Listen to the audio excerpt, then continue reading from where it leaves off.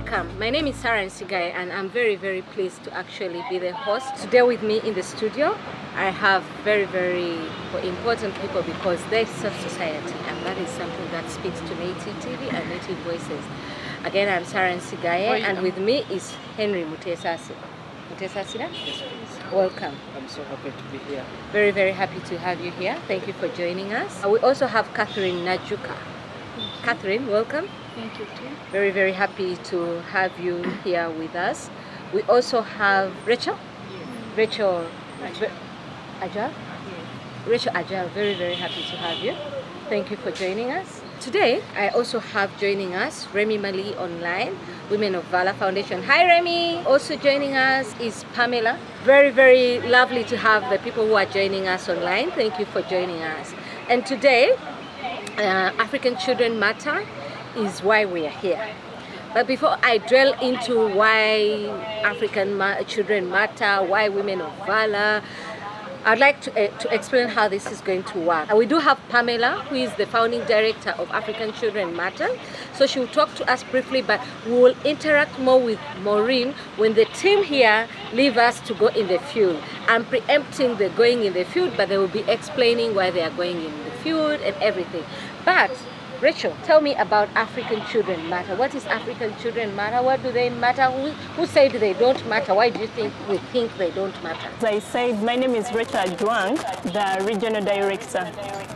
Now, the reason we chose the name African Children Matter, it's because according to the statistics from UN, the world population in Africa shows that children are more than 60%. The children are more than 60% of the world population. In Africa, the children have the least access to the basic needs of life. So that is why we decided to focus on Africa and to focus on the children. Now, our executive director or the founder of the organization is called Pamela Nagawa.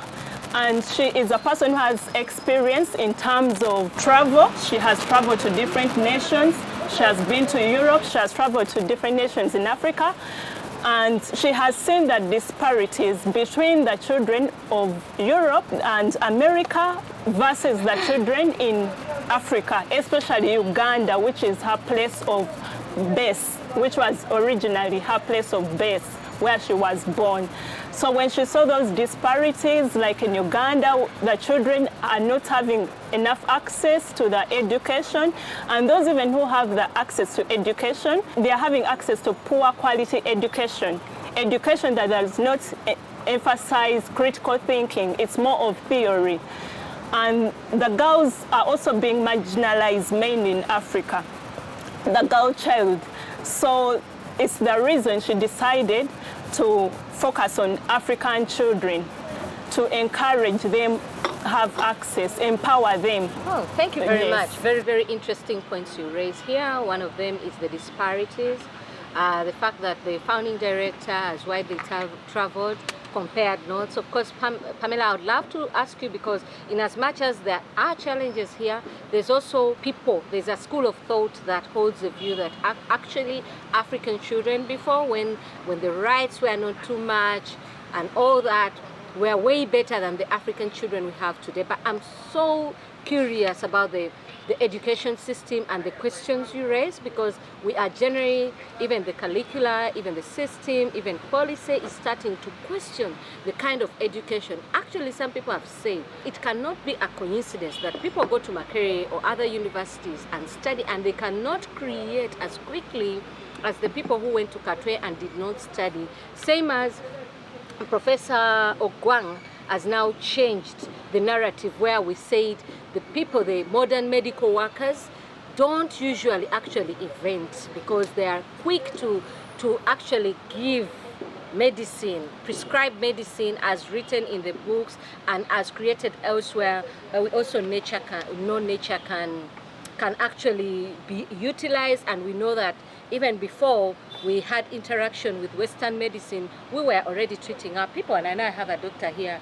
I don't know what they will be saying, but so what I'm trying to say that it's very interesting that at this point of time, education is something people from civic society are also thinking, because civic society has been critical in actually changing and influencing agenda. So thank you very much. So when you decide that, then what? When you realize the disparities and then what happens? What did you do? How do you go from there? So when we saw this, the founding, the executive director, who is the founding member, the founder, saw the disparities between what is in Europe and what is in Africa, especially Uganda. She decided, with her experience, with her knowledge, with her exposure, she could come up with something. How can she empower these vulnerable children to have access to this education, to have access to better health? That is when we decided to come up with the organization African Children Matter. So under this organization, we have 6 main objectives that we are looking at. And these 6 main objectives are basically to help us empower these African children. One of the objectives is to help children with deformities. We chose children with deformities because most times these children face stigma, they are marginalized, they are not even encouraged within their communities to access these services like education and health. So we decided we need to have children with deformities as one of our objectives to empower them. Wow, thank you. I'm sorry, can I interject at yes, that point? You can. I'm just curious to know who are the children with deformities, and what's the difference between children with deformities and children with disabilities? And maybe you will elaborate, but I think I would like to hear that from the doctor. Okay, Yeah. thank you so much. A disability and a deformity is more the same, though I can define it as a disability is any condition on any person or mind that makes that person difficult to perform activities of their living than a normal person. Then a deformity is like a distortion, a part of the body that is missing, so that person cannot perform or cannot use that part of the body to perform activities of the daily living like a normal person. Thank you very much. I'm very educated. I owe you some school fees paid. I would just like to know from you, were you making the considerations based on the description he has just given us? Yes, that is why we had Henry in that team, because he's a doctor, a trained professional doctor. So he was able to help us. Like when we are looking at the objective of children with deformities, we needed to consult a doctor to help us know what's the difference between deformities and disabilities, and how do we incorporate this into our objective. So it was based on advice as well from the technical side, professional view. And in your professional view, the children with deformities need urgent intervention rather than the ones with disabilities?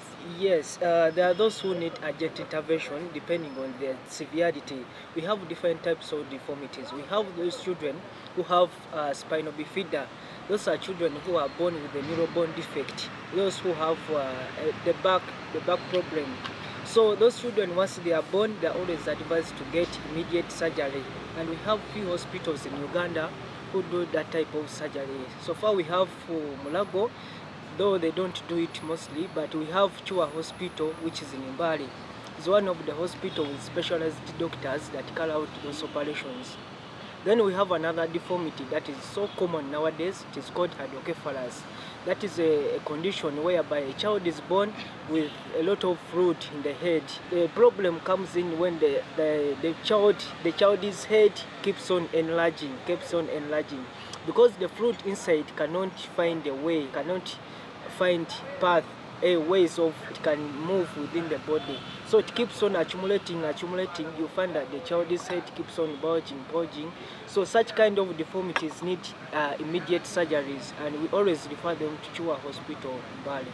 Oh, thank you. I would like to go back to Rachel, but before I go back to Rachel, I can't help just following up on that, because in the whole Uganda, about 41 or 44 million people, Yes, and like the size of almost UK. We are big. It's a quite a big country, and we have only one hospital that does those kinds of operation. Isn't that a problem? Yeah, it is really a very big problem. In the past, we used not to have so many such kind of conditions, but because of the increased number of the condition, the population, and environment that we live in, we realize that this condition is keeping on increasing day and night. So, so far there's some new hospitals which are being established. Mulago is doing such kind of operations. Two hospitals doing it. Then there is another hospital that is newly constructed within Wakiso district. So you find that because of the increased demand for the doctors to do this kind of operations, then the hospitals are being constructed to see that this demand is kept down. Oh, that is okay. It's good that there's efforts towards bringing, but Wakiso and Mulago, which is already overwhelmed, that is a bit disturbing. What happens to the people in the countryside? Are they aware? Does that happen more in town? That's why they're in town, because you're talking about the environment. And of course, I'm curious about the relation between the environment, as you have hinted, and these cases of spinal bifida and water in the head, because there's also a tendency to think it's witchcraft. So for some people, so yeah. Yes, you're right. Thank you so much. The environment contributes a lot to our daily living. The environment we are living in nowadays, there are so many industries which are being constructed. So those industries pollute our environment. And when the person, especially our mothers who have conceived and they keep on inhaling that polluted air, you find that there is an effect that air is going to put on their body. Then our daily living, the way we eat, especially the mothers who are still pregnant. That's why we always advise mothers when they are pregnant, always eat balanced diet. They have that milk called the folic acid.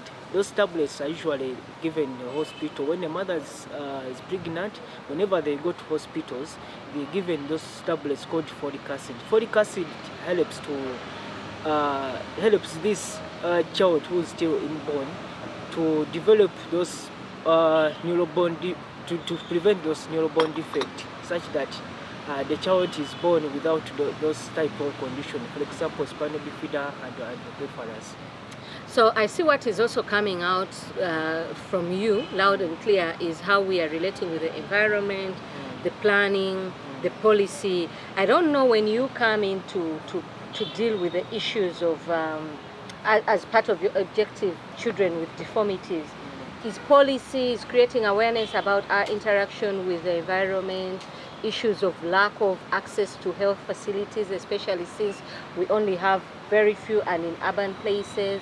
Are those part of what you do? How does that factor into your intervention? Is that something you've considered? Yes. So like I mentioned, we have 6 objectives. So one other objective is to encourage access to education. And how are we doing this? We have a long-term plan to set up an institution where we can help the vulnerable, those that cannot afford.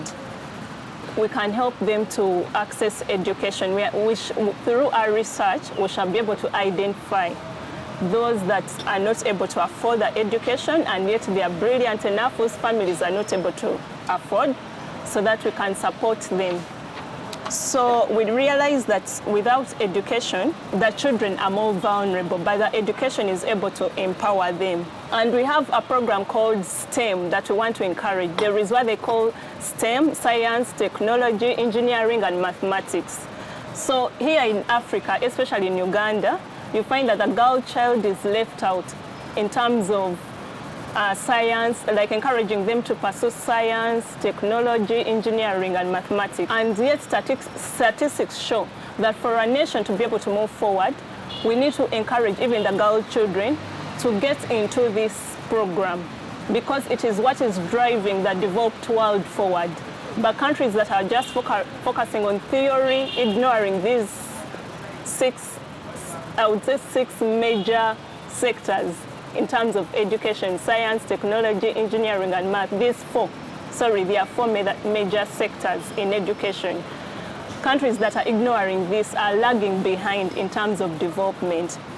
So we need to do what? To encourage our children to pursue this. So we have the education factor in our objectives. Interesting that you have the education factor, and maybe it is time for Catherine to tell me something brief about the education sector, because when we've just been talking to Dr. Mutesi Asira, one of the things he hinted at was the fact that actually we don't have enough health facilities. That boils down to also, I think, caretakers who can manage these cases.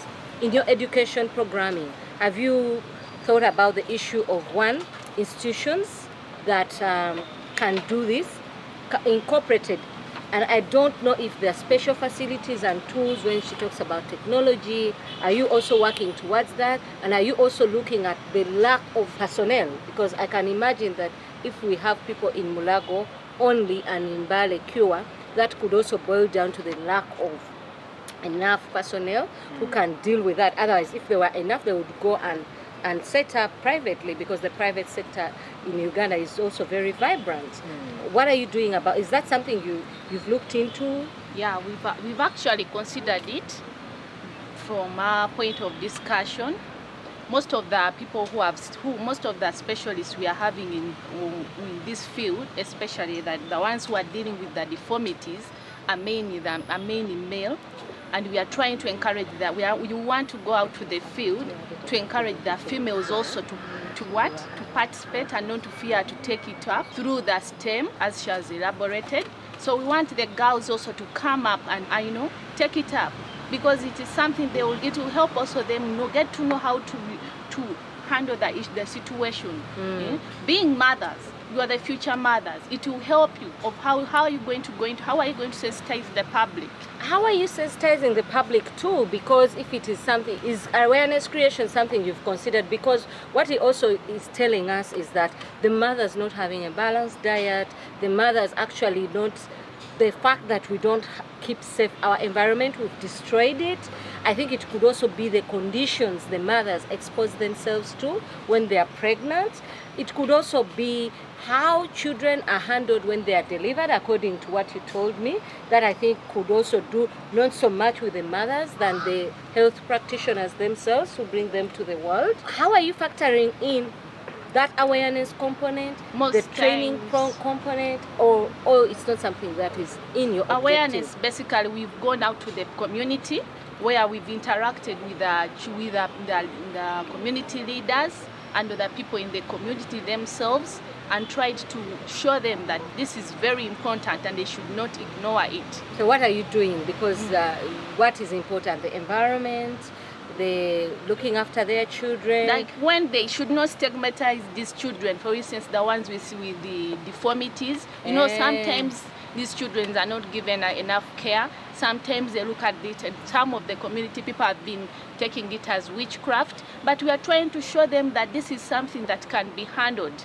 Yeah? If people come up and get to access education, they will eventually manage this problem. Doctor, Yes. it can be handled through education. How can it be handled? Yes, actually. How does education come in to help undermine or reduce the cases, but also to handle? Actually, we work hand in hand with the community leaders, like we said.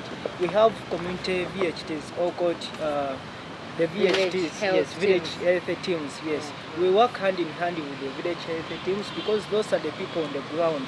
They know very well these people, the families where these children with deformities or disabilities, where they are located, where they live, how they feed.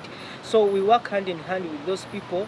We always empower them by training, teaching them how these conditions are caused, how they are brought about, and then they go back to these families. They teach them how to look after these children, how the mother should feed when she's pregnant. So, and they also help us to identify these children from the communities, because we cannot reach to each and everybody. So who helps you? We have those like the village leaders, the LC1. We have the VHTs, like I said, the village health teams. Those people know very well these children with deformities and disabilities. So they go down on the ground and they identify those children. They bring them to us. We give them our contacts, and then they contact us that we have this child here and she needs this type of help and this. So we come in and we find a way of helping them. You do identify, you work with VHTs, you also work with health facilities, as you indicated earlier.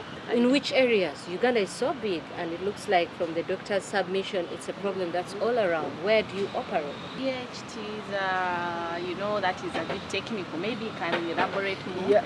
Okay. Let me come in. In each and every district in Uganda, be it a sub-county, village, we have those VHTs. Yeah. So here in Kampala, we are now centralized here in Kampala. So now you're working in Kampala? Yes, right is now. Is there we are any other area Kampala. outside Kampala where you work? Yes, we have Mukono district and then also Wakiso district. Okay. So those are the nearby districts that we started with, and we are in touch with the village health teams, the chairperson or the LOCs. We are in touch with them, whereby anytime we go there, they can identify, they can say, yes, this is African Children Matter, and they know these children. So when when we reach to them, they just bring to us those children, that this child needs help, this child needs help. Oh, thank you very much. I think that's a good strategy.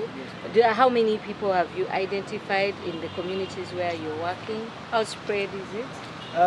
The children with disabilities and communities, it is quite a big number. We have, since we have just started, we have over like 100. Already? Yes. And when you say just started, when did you start? We started last month. Are you kidding me? And within that space of time, you have been able to identify 100? Like I said, we coordinate with so many people. Wow. We coordinate with people from Wakiso, Mukono, and within Kampala here. That's very big. So the number is so big. That's oh my why. God. Yes. So how have they been managing before you came in? Are there other players who are doing this? Yes, there are other players within the field. There are so many other organizations which are handling different types of which are giving different types of support. Yeah. So that's why we also come in and we find a way of how to add. So how is your intervention different from what other people are offering? Like Madam Lecho said, yes. she said our main focus is to empower these children with disabilities, and then also the girl child. And okay. Yes. Madam Rachel, the girl child and people with deformities, and empower them, but there's also been organizations that have been doing that. Did you do research to come up with this? What informed your intervention? What's informed our intervention is that we carried out research and then discovered that the number of children that are vulnerable, the African child, like it's quite a bigger number than the number of organizations that are within reach to these children. So like you heard the doctor say, Dr. Henry, within a month, we have been able to reach 100 children. So this shows well done. That the research we carried out was actually accurate to push us into that field, because it means these 100 children have not been having access despite having already other organizations on ground. Pamela, are you with us? Because I wanted to talk to you when these people go to the field, but I really need a quick one. You're not on ground, you're not in Uganda, and you were able to identify that this was a critical matter. Have you been around? What is happening? Good afternoon, everybody. Good afternoon, how are you? Fine, thank you. Again, my name is Pamela Nagawa, and I formed this organization about a year ago during COVID.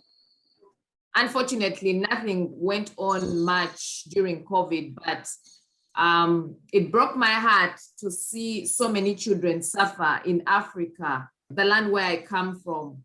I mean, there were all these videos being posted on the internet whereby children were suffering. There were a lot of children with disabilities. whom they were showcasing, a lot of videos, a lot of YouTube videos being pushed around. And it broke my heart to see these children, that in as much as I was in a developed country, which is where I've been for the last 3 years, I'm still a Ugandan at heart.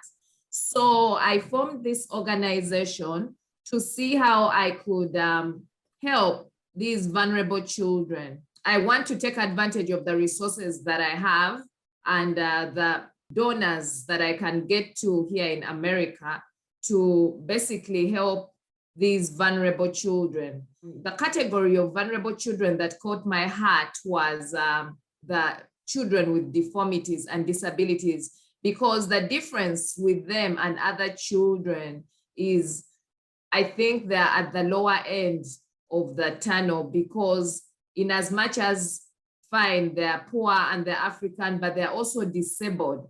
They can't move, they can't do anything for themselves. So I felt like for now, among the objectives that we have, we needed to focus on those with disabilities and deformities, because ideally when you have a child with a deformity or a disability, normally, in fact, most of the time it's a single mother and they're stranded with this child, and yet they have other children. So I felt the need to focus on the children with disabilities and try and get them all the kind of help that they can get. Right now, we are having a hunger food campaign for these children, but in the future, we would want to link them up to health facilities so they could get health care.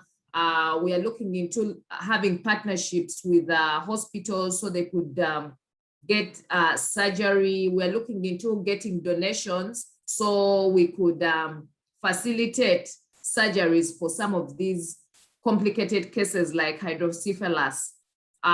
We are also looking at having linking up with different facilities that actually, I think Rachel didn't mention it, but we are planning to set up some kind of rehabilitation and education center, specifically for these kinds of children. So that's the plan we have in the future for these children. So like Rachel mentioned, there are other broad goals that the organization has, but for now, we will be focusing on children with deformities because, like I said, they're at the lowest end of the tunnel. The other issues we wanted to focus on, and I think why the organization was initially created, was to focus on STEM for girls in Uganda, in villages. Anyone who is talented. Hello, Pamela. Thank you very much. That's very informative. I'm sorry to interrupt, but I would like to have that conversation with you when the team has gone to the field. So I'd like for now to come back to the hunger campaign that you have just talked about. And I think that's why we are here today. So Catherine, tell me about the hunger campaign. What is all this about? The hunger campaign? Basically, the hunger campaign we are going to launch today, or we are going out in the field about, is going to focus on helping and zeroing down children with deformities to ensure that at least they can access the basic needs, more especially during this COVID period. You know, their parents have been hindered, they are not able to work, and also to sensitize them so that they do not feel isolated in the society, and also to help empower them with skills on how to take care of these children as well. Okay, thank you. What I also heard is that there's stigma, there's also lack of access to health facilities, which Pamela has elaborated that the vision is to actually establish a rehabilitation center. Pamela, that is wonderful, really fingers crossed, and I'm praying because that's a great initiative. But also what I am hearing is the awareness creation, and you're going to go today, and of all the things, you realize that what you need to start with is the zero campaign, to make sure that zero hunger campaigns. You're going to manage hunger in Karamoja, in Uganda. How is this going to work? Basically, we are going to mainly focus in Kampala. Basically, we have started with Kampala, the nearby district, our central region. Why Kampala? Because most of the children that we are next to the hospital here in Mulago, the National Referral Hospital, and most of them are in the communities and the slums. And most of these parents here are still have facing challenges. They don't have enough money to care for these children. Tell me about the challenges of mothers with deformed children. What are some of the challenges? Because I can imagine you're talking about slums. That means the income is not good, right? But then these children need care 24/7. How are they navigating? Doctor, how do you relate with this? Thank you so much for that question. Like I said before, we have so many different types of disabilities and deformities. And to mention but a few types of disabilities, we have the hearing disabilities, the mental disabilities, the vision impairment. Then to mention some of the few deformities, we have what is called the spinal bifida, the one I mentioned earlier. Then we have hydrocephalus. We have Hydrocephalus. What is that? Those children with the big head. Oh, that's Yes, how they call yes. it. I think you have ever seen anyone in the community. Then we have what is called cleft lip and palate. Then we have those with the kyphosis, the back. What's a kyphosis? Kyphosis, you find that child with the back, yes, the back is deformed. So we have that one, those called with scoliosis, yes. You find that their back is also a bit deformed. Yeah, squeezed. So are those the ones? How did you people identify the ones you're going to see? How many are they? We basically mostly engaged the community. We mostly talked to the community leaders, and because they are aware of these children, most of those community leaders, they are aware of they have these children in their communities. Which is most of them, they are outstanding. They have been sensitized. They have been tried to go. They have been sensitized by the political leaders who take on these roles, and we encourage them. So that is how we also went to the hospital, and we interacted with the health workers, like here in Mulago. Most of them go there for treatment sometimes, and the doctors keep a record of those children. So from the list, That's a clever strategy. So from the list we had, the records we got, we knew where to start from. Okay. Yeah. So where are you going today, Rachel? Where are you going? Okay, like we said, today we are focusing on Kampala. Our start point is actually Chireka. We already have 2 families there in Chireka that we are going to see. They have children with deformities. So that is where we are starting that day.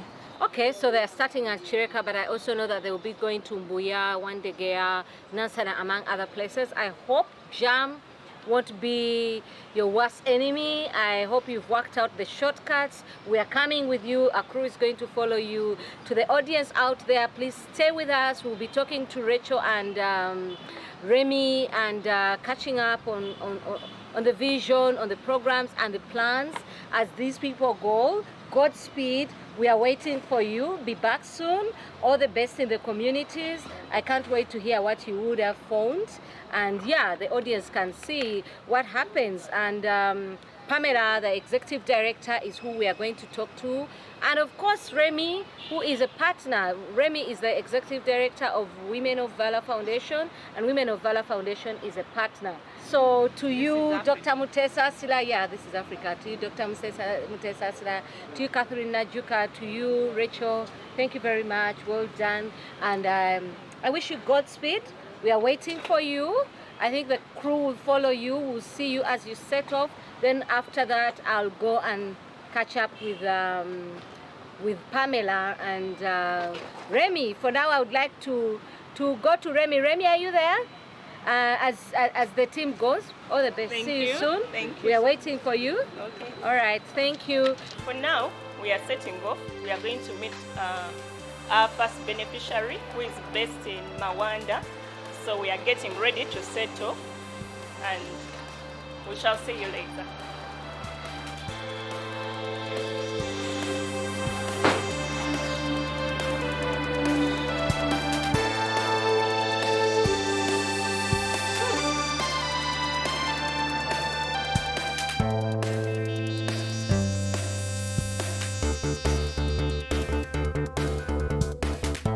All right. right, thank you. So they're off, they've gone.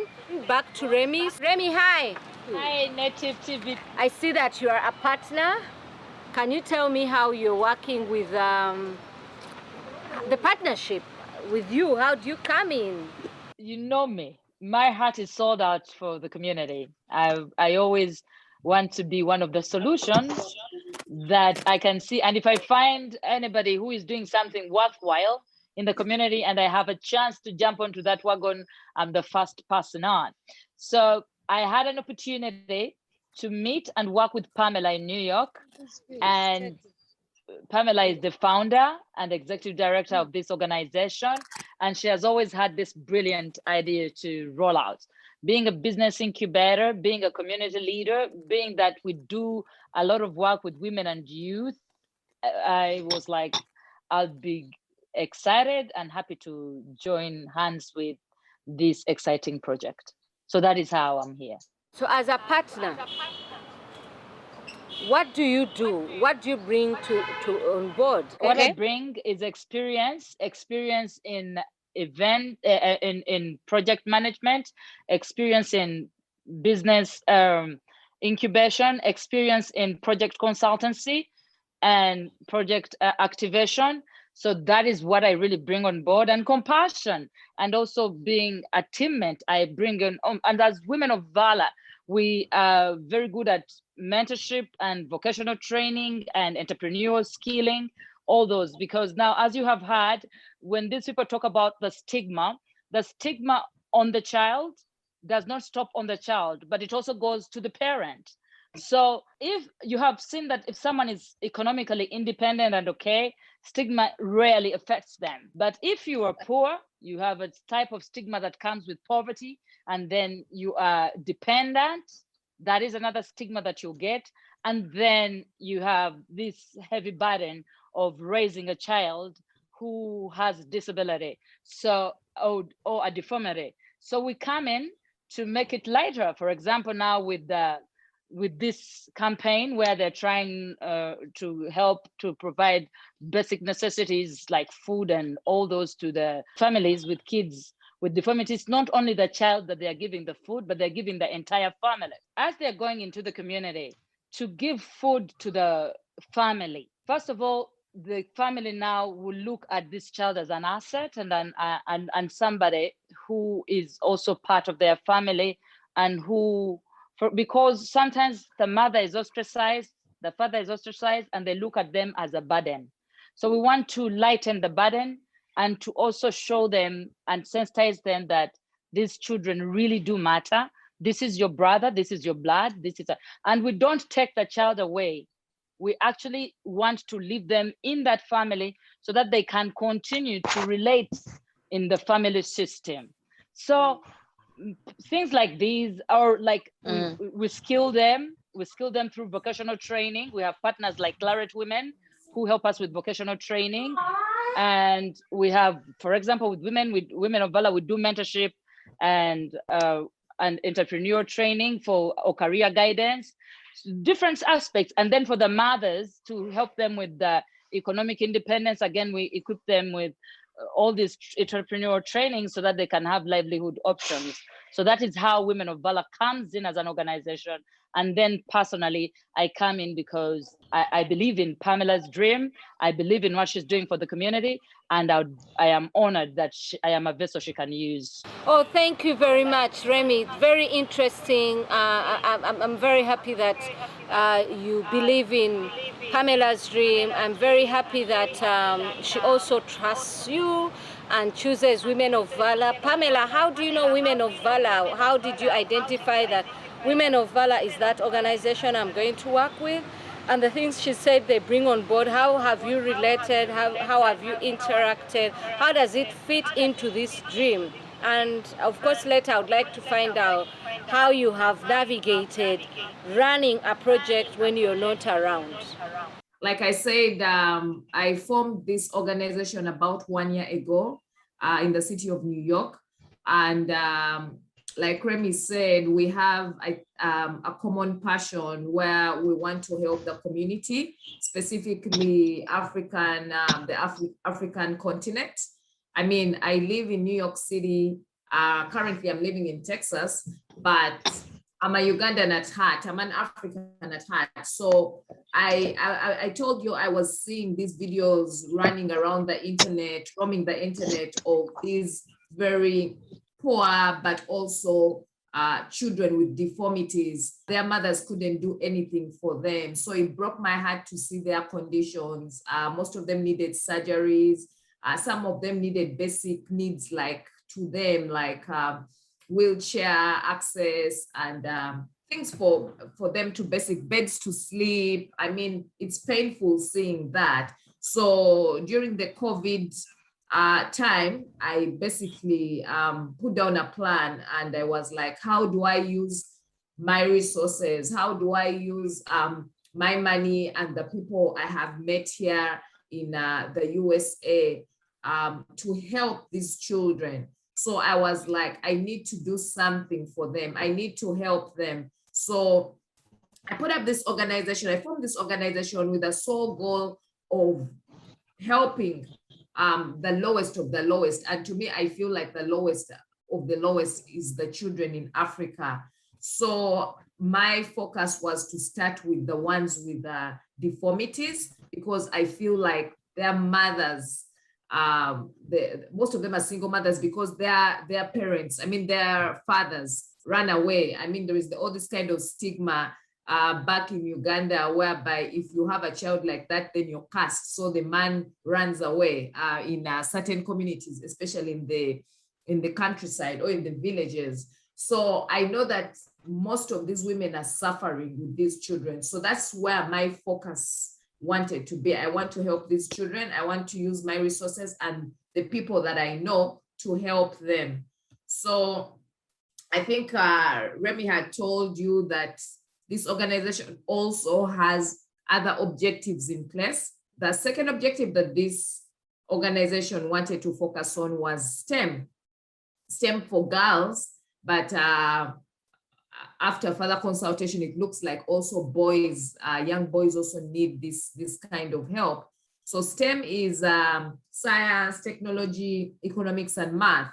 And we wanted to focus on teaching these children, because these are fields which are not heavily focused on in Africa. So we thought that by giving these children a chance to be equipped with STEM skills, they stand a chance to be engineers, they stand a chance to be doctors, they stand a chance to be scientists. So they stand a chance to impact society on some of these fields whereby they don't have access ideally. So that's our second goal. Our third goal was to also focus on child prostitution. So as you know, there are so many children out there, girl children out there in Africa and Uganda at large who are under the age of 18.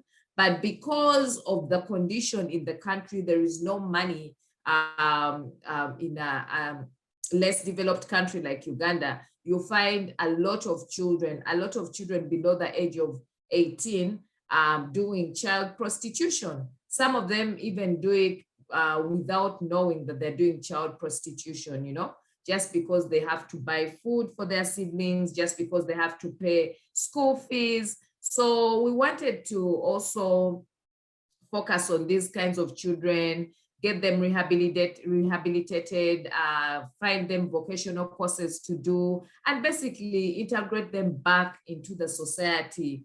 Like I said, we are focusing on building a rehabilitation center whereby we will provide all these services, not just for rehabilitation for children for disabilities, but also child prostitution. We definitely will have a wing for that, where the victim goes through sensitization, psychological and physical. They receive medical and health services.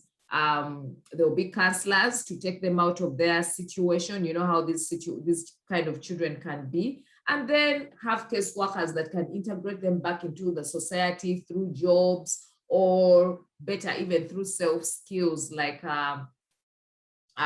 fashion design and all. So basically, these are our 3 main goals so far. And I'm happy to be working with Native TV on this. I'm grateful for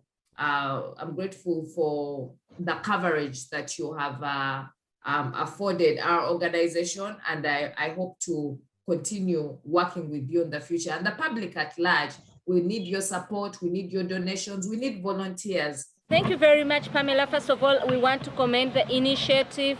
We also, the vision. I'm very surprised and impressed that hardly a month into this campaign and you have over 100 people. That's massive. I don't know how you even identified them. It's great that you're remotely there and you're still thinking about Uganda. There's been a saying that's going on that as we question government and ask them what they have done, what have we also done for our country? And I'm so encouraged to see young people like you, young people like Remy doing that.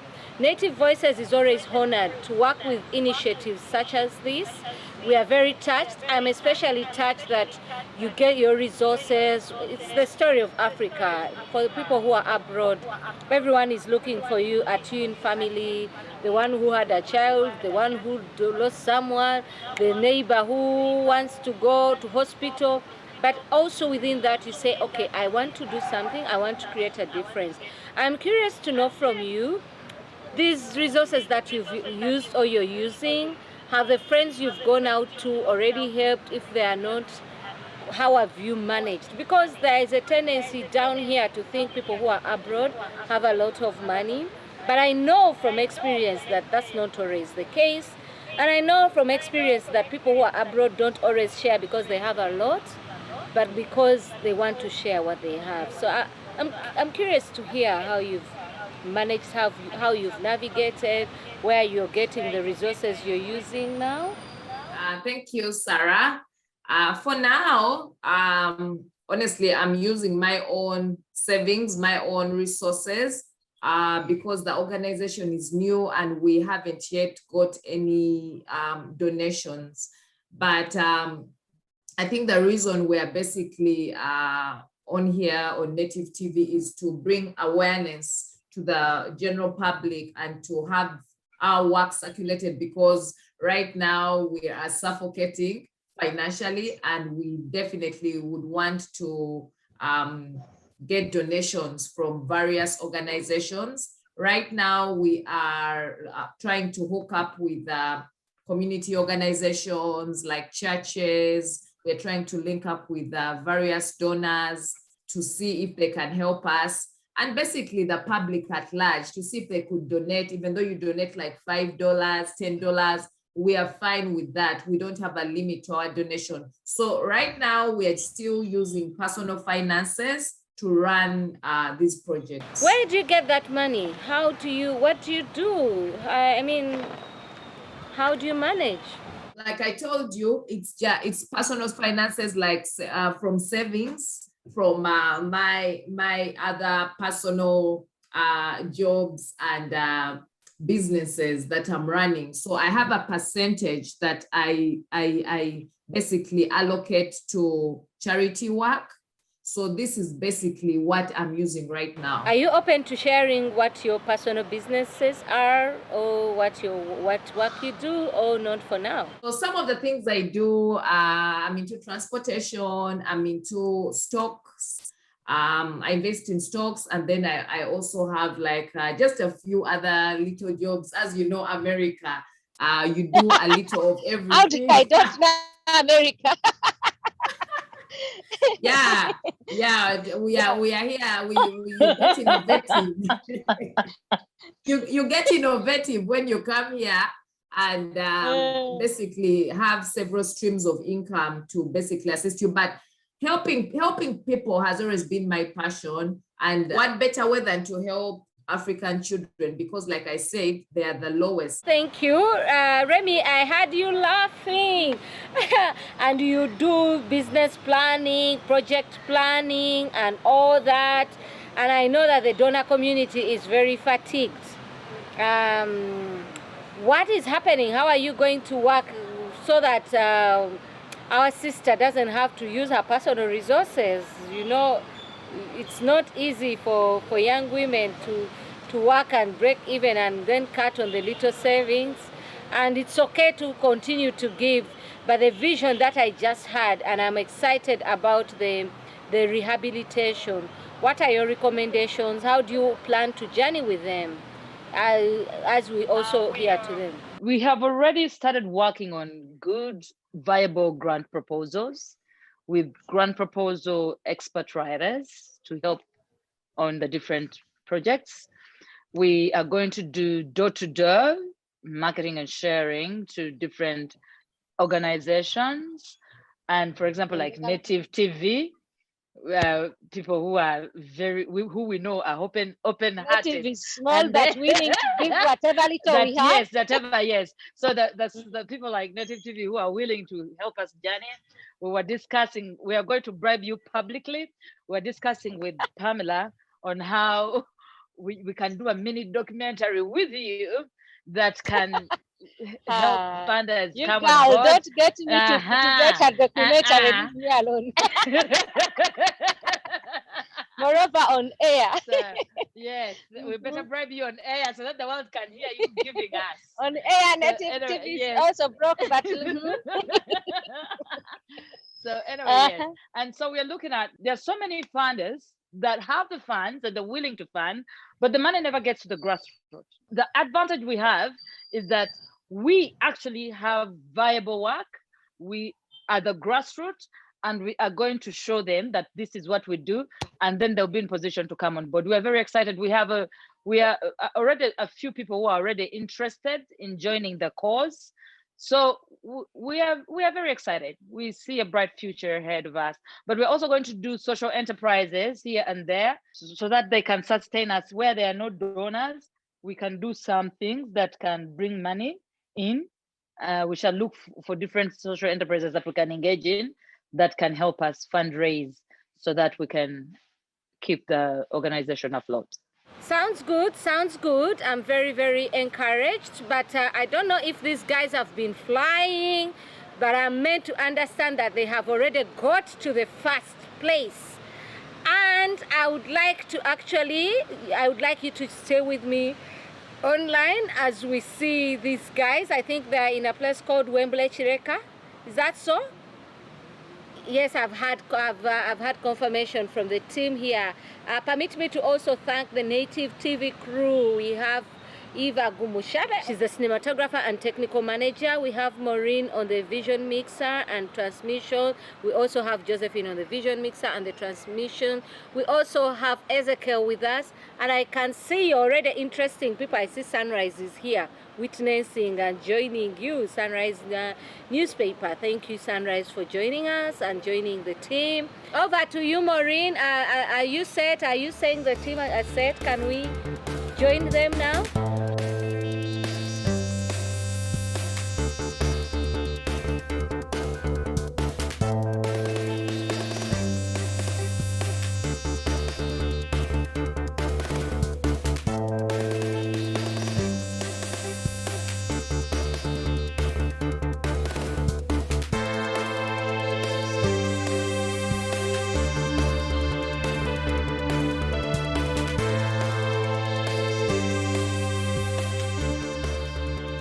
Thanks for taking care of Jolam. He's looking healthy, he's looking good. Used to fall sick. Used to fall sick. Frequently. Yeah. But now it has reduced. Oh. That conversion even when we used to touch maybe just to scratch here. Yeah. Yeah, you scratch like this, you start converging. So and it doesn't want So to. the conversions just disappeared. Yeah, it disappeared. Is he on medication? Yeah. Some doctors advise us not to give him any medication. So what can he do On his own? He can walk. He can walk. Yeah. His problem is only this left side. But, with the lower limb and upper limb. Yes. Okay. We also had problem with the eye. That one took him for operation. Because the eyes were not. Okay. So So Is he able to feed himself? Yeah, he feeds himself. He feeds himself. Yeah. Though he doesn't use this one. He uses the other. Okay. You said he is not schooling. He has not started to school. Okay. What about this daily life? Is he able to put on clothes by himself? Yeah. No. Apart from sitting, standing, what other things can he do by himself? He can walk somehow. Just walking. Yes, he can walk. If he wants to maybe urinate, can also do it sometime. Okay. When maybe a minor dress can remove, then a good thing. He tells you, I want to susu, I want to poo. Yeah, he tells. Okay. So he can identify all the family members and mention their names. Yes. Okay. He's very bright. He can talk very well, pronounce the words very well. Yes. Okay. Actually, Some words. Okay. others maybe somehow you have to. So, Sign language. Yes. so you think if he goes to school, can he be able to pick up some things? Yes, he can pick. Oh. Because the brain is okay.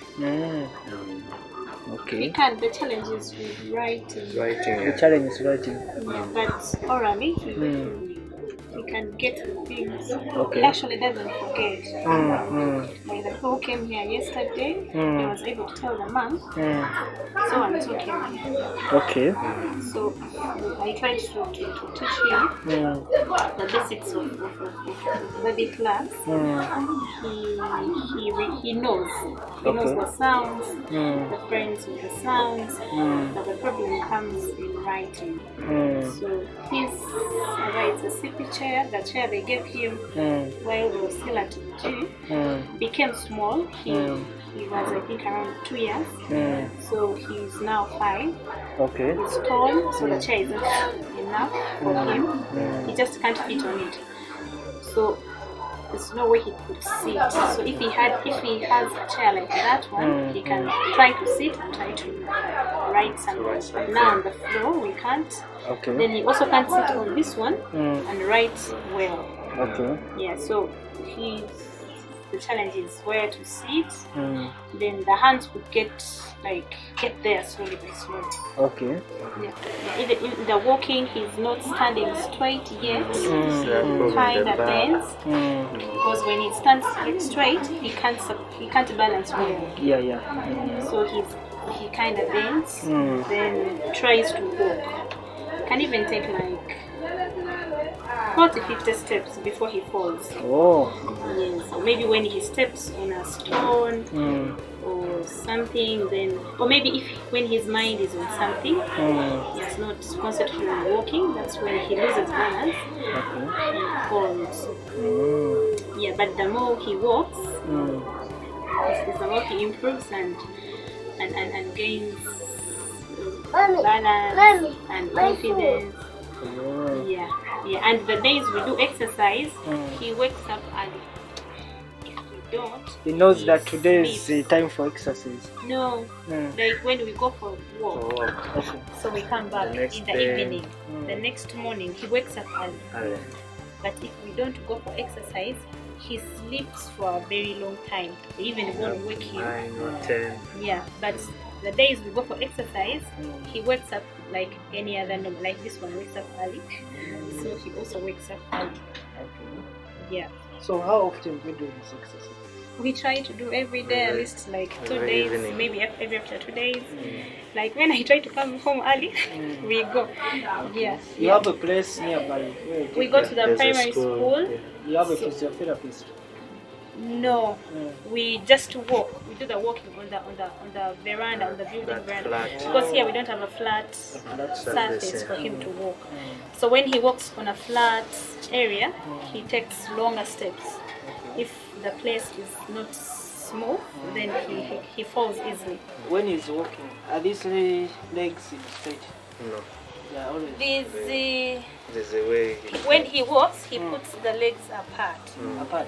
So when you tell him to like bring the legs nearer, that balance kind of disappears. So when he moves with the legs apart and he's going very fast, there he goes and then balance is somewhere. So we are trying to see that he walks slowly, like a normal walking. The walk is not normal yet. Where did you say you go for the treatment? The clinic is dozens of Tireka on Namgongo Road. We would go there every Saturday. So the doctor told us to try to learn what he is doing. We would try while we're here at home. So a time came, we were unable to go back to the physiotherapist because we were paying. So we had identified again Naguru Hospital. We had also met the physiotherapist there. The mom had talked to the physiotherapist. So we were going to start taking him there, and then lockdown came in. So we haven't gone to Naguru yet. Okay. Yeah, so I think it's now like 2-3 months since he last went to the hospital for a physiotherapy. Yeah, so it's all, I do it from, I tried to do what I saw the doctor doing, and then also take him for the walk. So now we have been able to provide this. Thank you. We shall be monitoring him, and we hope that he has a better future. And we still believe that it's not the end of the end of the world. He can even make it in life. So thank you for being there for him and encouraging him and not isolating him like most time people usually do. But we are happy that you've given him the greatest support. And we are going to work along with you to see that he turns out to be a good person in the future. Thank you.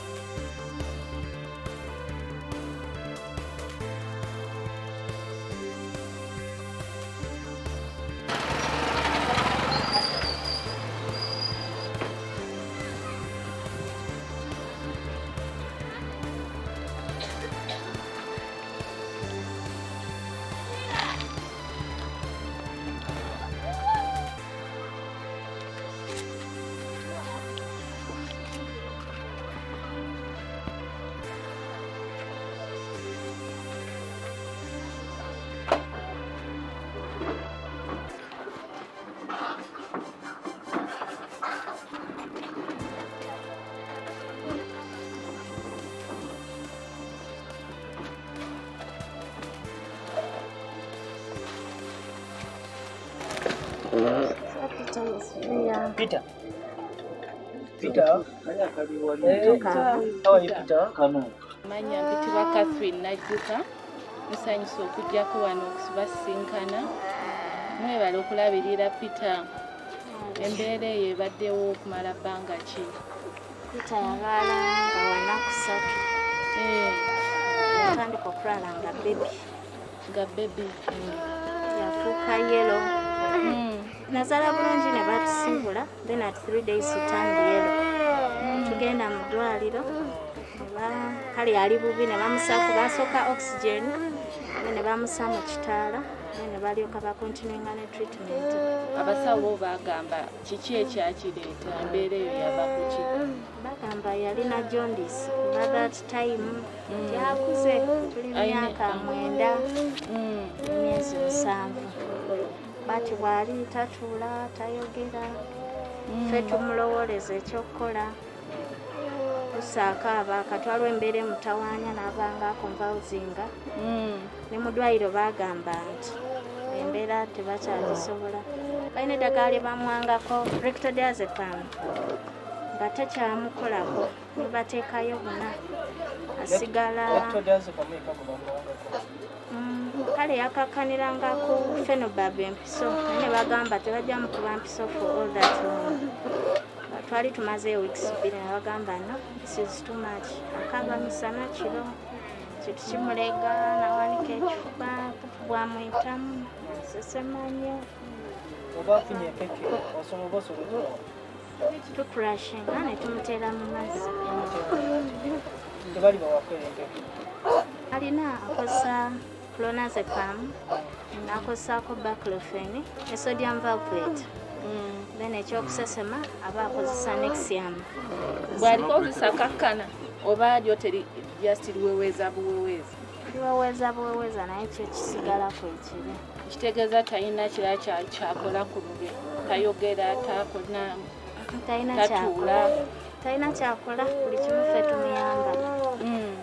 Kuba kati eno embeera emuluddemu essaawa yonna asiiba bw'atyo, buli yatuulangako kale ng'omutuuza n'omuterayo sapooti buli lwe kijja era asigala ali mu mbeera bw'eti. Ye mwana wamwe omukulu oba yekka gwe mulina? Ye mwana waffe omukulu, waliwo n'amuddako. Temuyinayo wadde wajja ne bamukolamu ka exercise oba ne mumutambuzamu? Yalinga asoma, amutwalako ku ssomero baliyita Stars Ministries, naye embeera yatuuka n'etabuka nga spasms teziggwayo, ne bagamba kale time yatuuka ne bamusaamu akaseke, abadde akozesa akaseke since last year mu Gw'omunaana. Ne bagamba embeera y'akaseke tebagimanaginga, wabula bajja tuyambangako awaka, which ndoza nabe responsibility bakwata ku ssomero naye abaana bangi. Kati bajja bakuyambako ewaka okumusomesa oba? Nedda, tebajja. Ffe tweyamba ne taata w'omwana wetubeera awo aba agenze ku mulimu nsigalera muhandolinga, bwakomawo naye n'atandikira awo. Kati ategeeramu bw'okozesa busayini? Ategeera. Awulira n'omugamba kino enjala ekuluma tukuwe kino addamu akuba nti alikoko ebimu bye bamurestrictingako ng'ebintu ebya buto, obutunda, olw'embeera ey'okusesemanya bagitamingamu nga ulcers. Ebimu tetubimuwa. Yandibadde bw'atyo naye asesema buli ekiteeka kivaayo. Kati muyinamu? Alina problem n'egundi. The throat, Bikyalya kikomawo. Otherwise, olaba ku bifaananyi bitali minene nnyo. Tulina n'alubamu ye naye omulabako. You cannot give us like that. Naye alwala nnyo n'okwesika era nakati kimutawaanya. Kyekimutawaanya kati? Kimusika. Naye problem eri ku spinal cord. Spinal cord teri faamu. Eyo koofu batugamba it was part of the aspiration pneumonia. Time came nga balina musaakinga. Batugamba eyo embeera ejja kusigala ngawo era baali batugamba buli lwabeera nga alimu eyo moment batasaana kulya direct naye tetulina option yakola. Okusigala tunywangako akatono mu intervals ne tulaba nga at least abeerako kayinamuko. Nga African Children Matter twategedde kino engeri gye tuwadde mu mbeera ya COVID, families ezisinga zifunye obuzibu mu kyokufuna ekyokulya, support. We decided to support families, especially abeetaaga special needs. Tusalawo okuleetanga emmere. Mulabirira tujja kwongera omumulitaringa temufaayo bitajja kuvaamu eno si yenkomerero.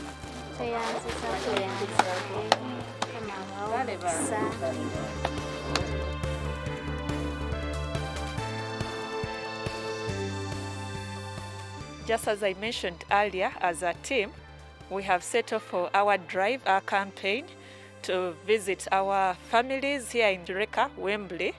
We have come to see one of our children called Peter, who is suffering from cerebral palsy. And we've just been interacting with a family, with a mother and father. As you can see here on the team, Kathy, our program coordinator, has joined us, and that's Peter's mother, just next to Catherine. So we are done with visiting them today. We are heading to another community to visit another family.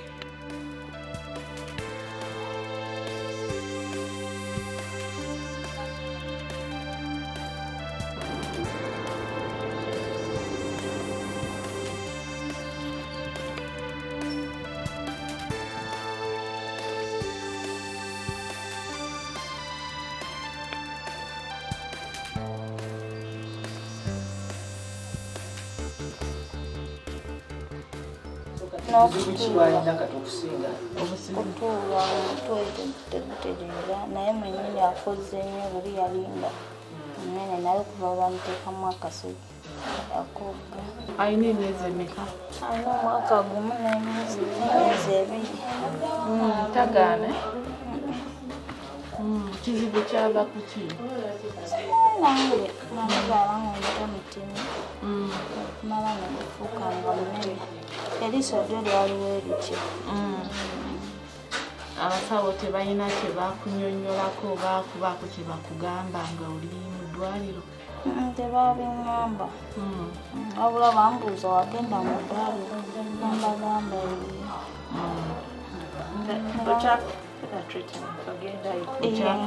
obujjanjabi mutwale katalemu. Okulya kuli kutya? Alya naye si bulungi okusinga anywa. Osingamu wabya kunywa ki? Mata n'obuugi. Bw'oba obitabudde abasobola okubinywa? ati akutegeera gwe? Akyaliwo mukawala gavako? Yagaana. Kati mmere nga ki gy'omuwa? Lumonde n'ensujju. Soft food. Naye byampaka. Kati ye mwana we asooka oba naye omulala omu naye ye mulamu. Tebakugambako wadde kya famire oba nti bakozesa famire? Baŋŋamba naye nali nagikozesako omulundi gumu n'omwaka tegwawera kuba nekubisaga empisemuleka. So olwaleero tubadde tulese tumuleeteddeyo ku ebyo muno akaseera kano aka covid. Era nkiisa togwamu maanyi ajja kutereera ajja kwongera mwebale mubeerera ajja kwongeramu monitoringa okukola follow up. Nebambi mwebalirira Tweyanziza bannange tweyanzeege mwebale kujja kulaba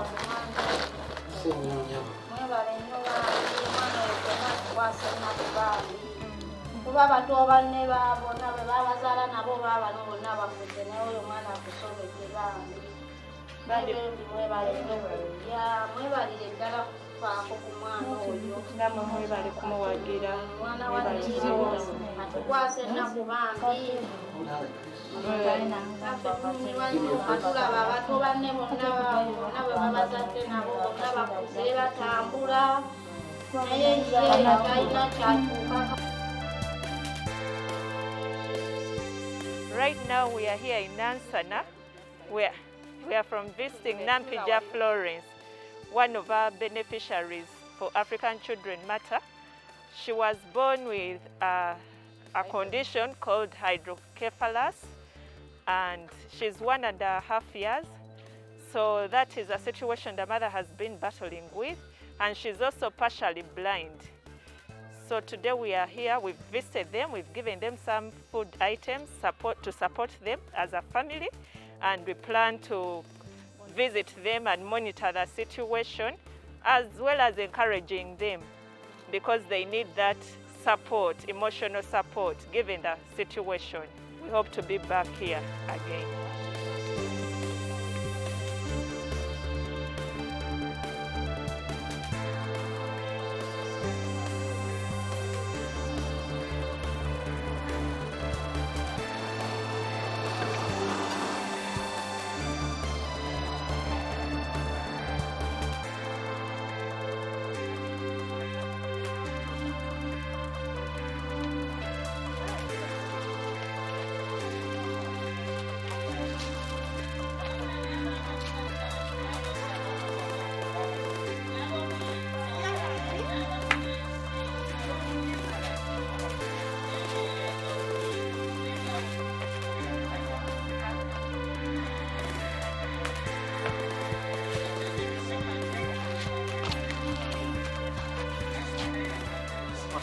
basawo tuvaako mu kitongole kibakiyita African Children Matter tuzze okulaba ku lyanyi okulaba nga tuvaako obuyambi obutonotono bwe tumutuusaako naye engeri gye tubadde ntutuva mu kiseera ekibadde ekizibu ekya lockdown tumanyi mubeera gye mbaddemu badde sinyangu naddala ngeri okufuna ebyokulya okufuna obujjanjabi na buli kimu kyonna ekyobulamu kibadde kizibu.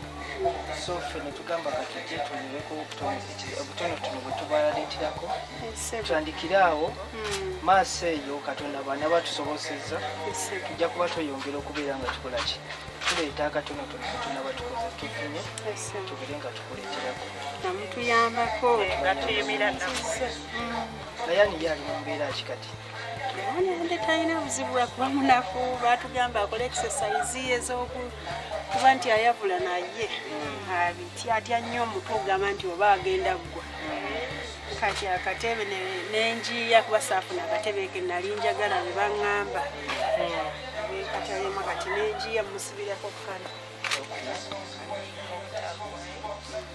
omutwe asobola ogusitula nokuyimirira asobola oyimirira atasobola kutuula kwokka ate luli nga tebannamulongoosa aye tasobola tutuula nagumutwala tebamulongoosako omulundi gumu ne batugamba kiriniki ekyali nzigale awezezza vanga kikati yakaweza myaka ebiri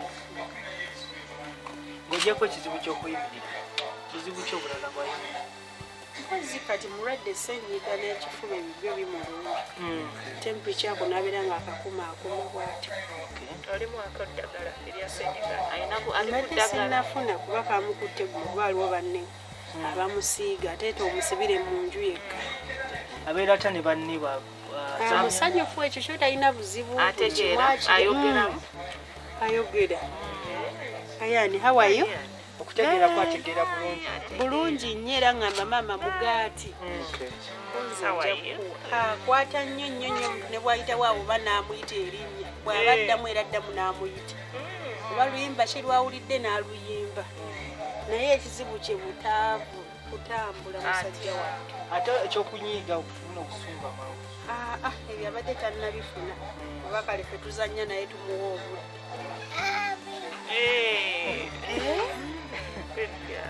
mama Lea obeerawo wekka oba obeerawo ne taata wa Lea naye nenti nze ndi jjajjaawe sinze muzaala kati omulenzi azaala ono mwana wa baaba wange ate yafa kati omuwala mwe yava ejjinja n'amumusuulira nga bamugambye omwana agenda afa kati nze ngekatalemu ammanyiyo kati ne mugamba omwana muleete era olwamuleeta nagenda katalemu ye wali fayiro ye kwe kutusindika mpaka Mbaale asawo ne batutwala kati lockdown yasooka netusangayo ne batusiibula kati ne batugamba tuddeyo nga 3 Ogw'omusanvu kati kiriniki enzigale naye nga talina buzibu oba yesibe mu lubuto talina kirala kyonna kyovanga namugamba nja mulera kati obunafu bwokka bwa butatambula ekyo kyammenyamu kuba nange nina emirimu gyange ensiika obuntuntu nemutambuza naye sikyabisobola kati n'okwoza okwo ti wejjukira tayogera nti ngenda pamtulala n'engalo zonna kiki kyotera katukola okubeera ng'ojja mu kukasente mbadde ntambuza engoye tunda naye kati sikyasobola kuba oyo mutabani wange n'oyo omuto nabo tebamusobola bamuleka katebe alina omuntu omukula akuyamba era ngulayo kuba naguzeyo kati nadde n'3,000 n'engulayo empeke naye nga kale batugamba si kirungi bano baguddagulira obuweke naye olwokuba nadde sirina ssente ate ngaakolola nnyo kubanga kyekimusibiza kino ekibuzi kuba akolola naye ngaabadde si musajja mulwaze kubanga ngambye atya nnyo kale bambi oba yagwanga nnyo kati bwaba asooba akwate akantu n'awulira ng'agenda awo n'akireka ekyo ne kimulemazi high five akwa high five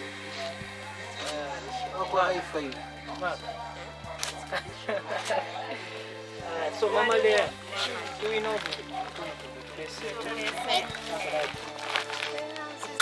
tulekerawo African children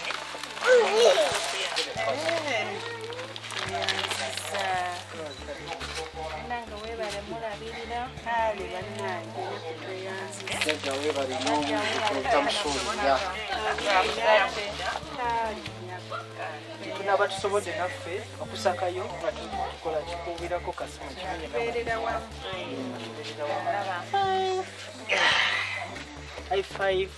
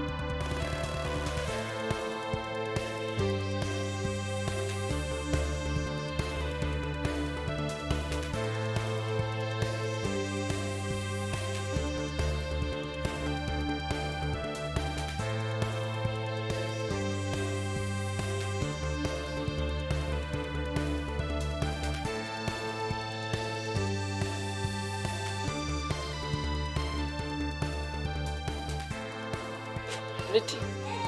Baby pretty.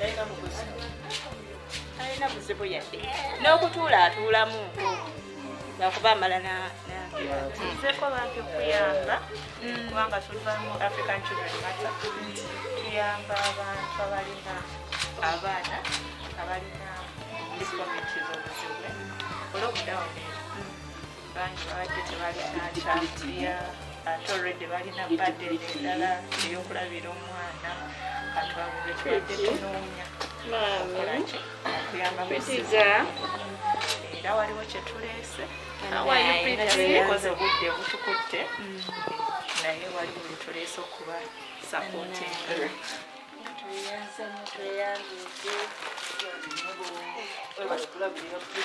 Katonda okusaka kitwafaabire bulungi.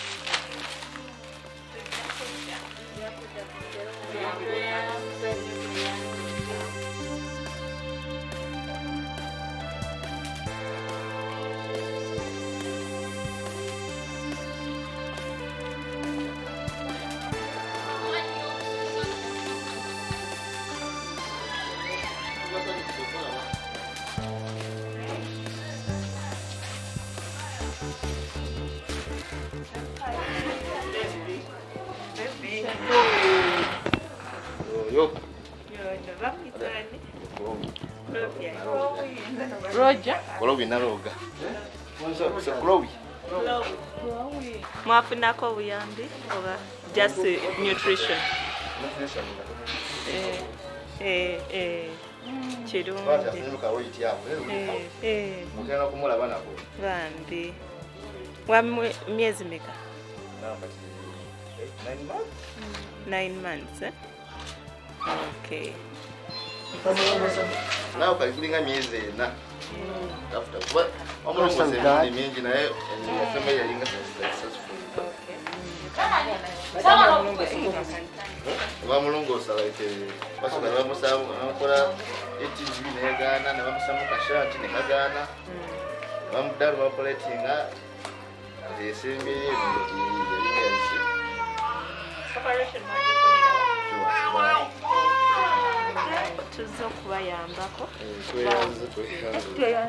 kubanga tumanyi nti tubadde mu mbeera enzibu embeera eya covid waliwo byetuleese tubayambe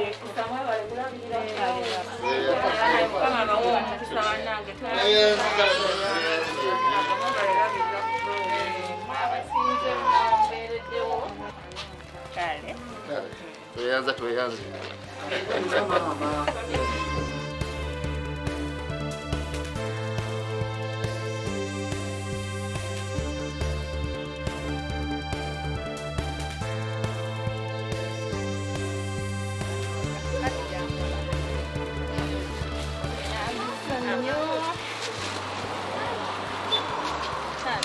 mwebale nnyo mwebalire ddala tweyanzizza nnyo tweyanze. Nadia, how are you? What's up now? Nadia, how are you? We brought you something. Nadia, ayogera. Ayina ensonga. Batya abantu.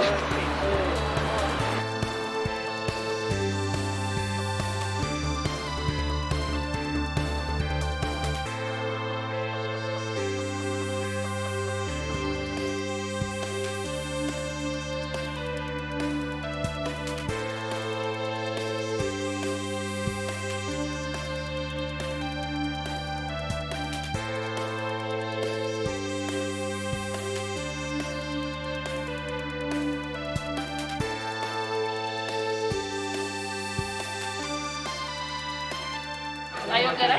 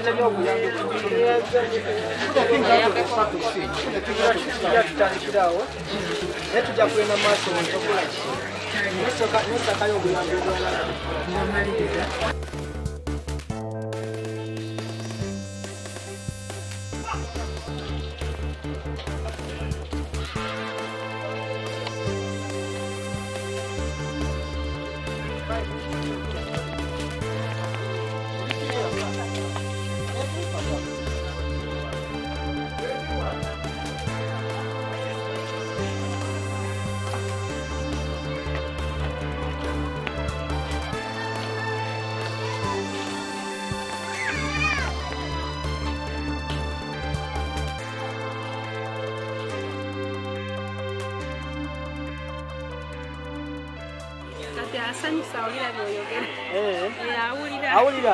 Awulira byenjogera. Teva awulira byenjogera. Abadde asoma wa? Tasoma. Tasuulira tayogera. Olwaliro obw'omulyango bwe tuleese.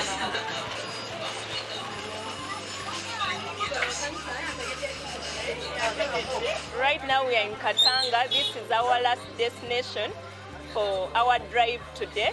The drive, as we said earlier, is Zero Hunger Campaign for children with disabilities. So we have come to see our last beneficiary for that day, and that is, he's called Favor. He's a child of 7 years suffering from cerebral palsy. So we have handed over our items and we are just about to leave. We are closing for that day because it is almost curfew time. Thank you so much to the team that has been with us. Thank you, Henry, our outreach coordinator. Thank you, Kathy, program coordinator. Thank you, Roger and Eva, the team that has been handling our coverage, and also our driver. Thank you for the support. The families are so excited and they are happy with what African Children Matter have done for them today. They appreciate the items given to them. Thank you. Doctor. Yes, please. Welcome back. Thank you so much. You went 3, you came back alone. Yeah, I left my friends still distributing foods because I was unable to reach all of them. Some of them live in far places. So I decided to leave the team, continue supplying these food items, then I come back. Thank you for coming back to give an update. You're welcome, please. Yeah, some of the things we saw are actually a bit worrying. And yes, please. For me as a person, I didn't know how bad the situation is. How was your take during the tour? The challenge mostly we faced is that we found these places, many families are living far places, in slum areas, whereby even reaching there with a car is really a bit hard. You have to leave a car a bit in a distance, then you carry these food items to reach to the family, to see the children. So that was one of the biggest challenges. Very sorry. Yes. So how did you manage? Yeah, we had a team that were willing, they are willing to support us, so they were able to carry the food items and everything to reach to these families. That's wonderful. Thank you to the team that endeavored to actually carry these foodstuffs. Yeah, we saw in some of the pictures people carrying and jumping, and that's so wonderful. Thank you, team. African Children Matter. Did the community help with carrying some of the stuff? Yeah, they were actually very excited. They were very excited to receive us, so they were so happy. Yeah, thank you. I saw that you met some children who were, like, all of them, of course, were needy, but tell me about the children that you met. For instance, there was one where I saw you asking the parents, and they were saying that the person can a bit dress themselves, but then they can't help themselves to the toilet. What's that? What causes that? How are they handling and managing? Yeah. We started in Chileka, in Wembley, Kampala district, and our first child was Peter. Peter was having cerebral palsy, and many of these children who have cerebral palsy, you can find them that they can be able to do these daily activities. They can dress up themselves, they can feed up themselves, but there is what is called seizures. They get seizures or conversions. So you find that those children can get like 5 episodes within a day. Was that the case with Peter? Yes. For Peter it was even worse. The mother explained to us and said Peter gets almost 8 episodes within a day. That's massive. Does she get to go to work? Yeah, the mother is always at home taking care of him because she cannot live at home with these other young siblings. So it is only the father that goes to look for something to eat. How is the family income? The family income is a bit stable. Is not stable because many of these children are living in vulnerable families and are privileged, whereby they cannot even be able to access or cannot get two meals within a day. You find that they can only get lunch, but supper they just find something like tea, something small to sustain them. Does that not contribute or worsen their health condition? It worsens them, and you find that many of these children are malnourished. Yes, they are malnourished because of inability to access or to get what to feed these children. It's very sad. So as African Children Matter, what do you see as a way forward? Because also there are very many people. Are you going to take care of it? It's huge responsibility. Yes, so yes. What in your view do you think needs to be done? We have just come out of, we are just coming out from lockdown. We are still facing this problem of coronavirus, which we don't know that it's going to end today or tomorrow. And this coronavirus has affected so many people. Many people lost their jobs, even the families or the parents who are working somewhere to get what to feed their families are unable to work there, terminated from their workplaces. So as African Children Matter, we have started with the Zero Hunger campaign, distributing food items to these children. But later we are going to find a way of empowering these families to see that they can start up something small, which they can be able to run, to get some small income, to feed their families, to raise some small money, to be able to buy the medicines. So you're going to do what? To give them income generating activities? What do you plan to do? That is what we are planning in the future. If we get some money, we want to find a way that we give these families some small money which can enable them to start up small enterprises, small business. In your opinion, because also businesses can be big, can be small, can be wherever in those communities, what's the magnitude of the intervention you can come in, like in terms of if you're going to support them to do income generating activities? What kind of investment are we talking about, and what kind of economic activities? Because it's different. It's a different issue giving people money. It's a different issue people managing that money. Does African Children Matter have the skills, the potential, the capacity to help these people manage?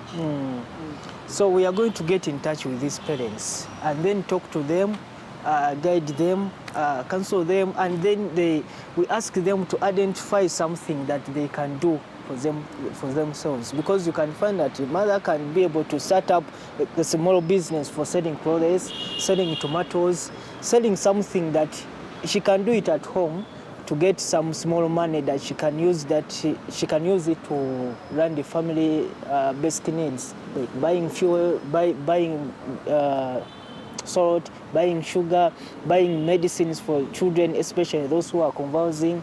So that is what we want to start, because like you said, we cannot keep on providing them with food and money every time. Sometimes we can run short of money and these other items. So that's what we are saying, that we want to empower them and find a way of sustaining themselves in the near future. That would be helpful.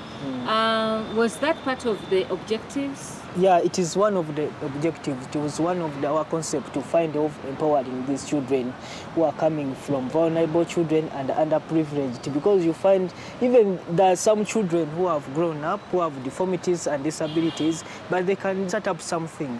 We want to find a way of counseling these children, giving them career guidance, and then we find a way of taking them to like vocational institutions, such that they can be able to set up something. Many of them can go to a wedding, many of them can do carpentry. So we want to find a way of empowering them, such that in the near future they can also benefit their communities and then also support their families where they come from. So that is one of our objectives as African Children Matter. Okay, you're a doctor. Yes, please. But you also seem to be involved and thinking of empowerment, economic empowerment. Yes, please. As a long-term or short-term solution to an immediate solution to some of the health challenges people are experiencing? What's the link? Like I said, you cannot just, when you tell somebody that you need to feed well, you need to eat balanced diet, you need to buy medicine like this.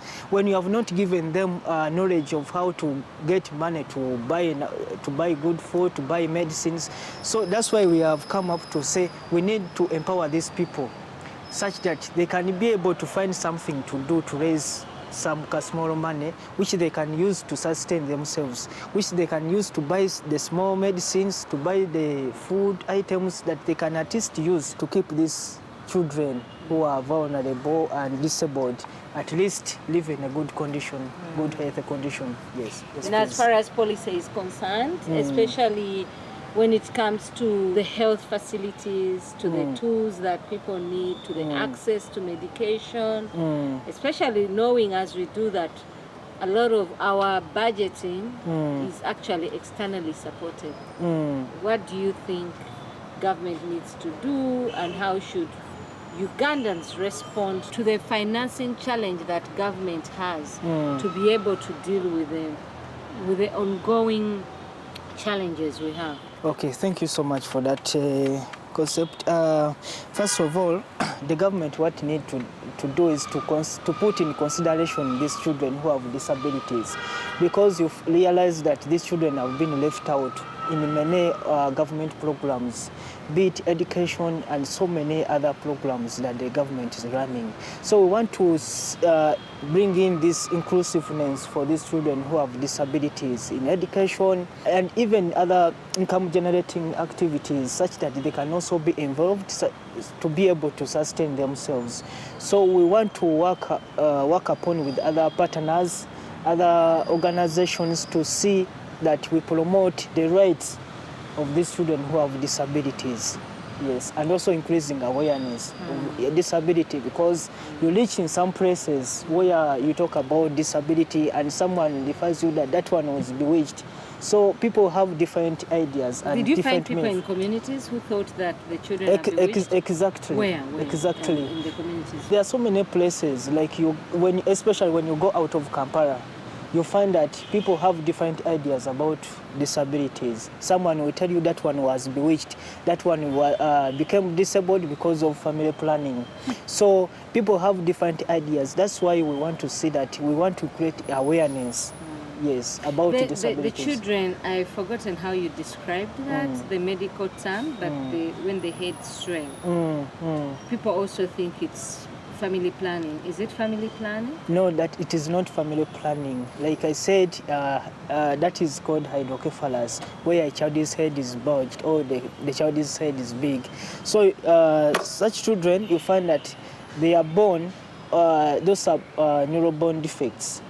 The spinal cord, the head, you find that when the mother is still pregnant or the mother has conceived and does not take enough folic acid, that folic acid helps or enables this body organs, the heart, the brain, the spinal cord, to develop well when the child is growing up within the womb. So we always advise the mother to take that medicine called folic acid. So what happens, a child who is having hydrocephalus, the head bulges or becomes so big because inside the head has got pathways where water can pass. But in cases where water cannot find a way where it can pass and it is blocked, that's when you find that the child's head becomes big or bulges, because the water is blocked, cannot find a way where it can pass. And that's why we do surgeries. We put shunts or ETV to create pathways for this water, such that the head can at least remain that shape or even becomes a bit smaller. Yes, and like I said, those surgeries are done in Chua Hospital, and even here in Mulago, those surgeries are done. Yes. Thank you very much. Very informative. I hope we can continue with this conversation. Yes, I also wish you luck. Thank you for serving. Thank you for the great work.